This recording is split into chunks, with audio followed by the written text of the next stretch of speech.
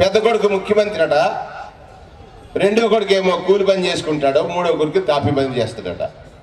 పెద్ద కొడుకు ఆశ్చర్యం వేసింది, ఏందమ్మా అన్నాను.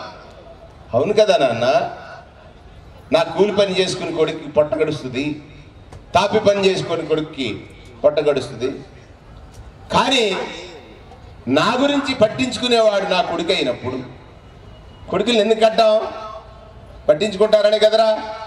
నా గురించి పట్టించుకుని 1వ తారీఖు 3 గంటలు తెల్లవారుజామున సూర్యుడి కంటే ముందు పెన్షన్ పంచేవాడు, నా గురించి పట్టించుకుని నాకు బిడ్డలకు మంచి చదివి, నాకు మంచి ఆరోగ్యమి, నాకు మంచి ఇల్లు, నా జీవితానికి గొప్ప వెలుగుని అని అడుగుతాడు.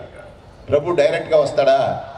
దైవం మానుష రూపేణ మనిషిలా వస్తాడు, వచ్చి మనకి ఇస్తాడు. అలాగా అక్కడ నొక్కుతున్నాడు బటను, ఇక్కడ నీ ఖాతాలోకి డబ్బు వస్తుంది. ఇటువంటి ఆత్మగౌరవ రక్షకుడు ఎక్కడ దొరుకుతాడమ్మా?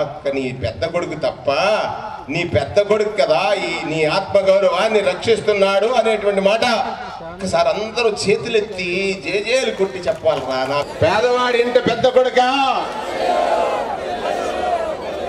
పేదవాడి ఇంట పెద్ద కొడుకా,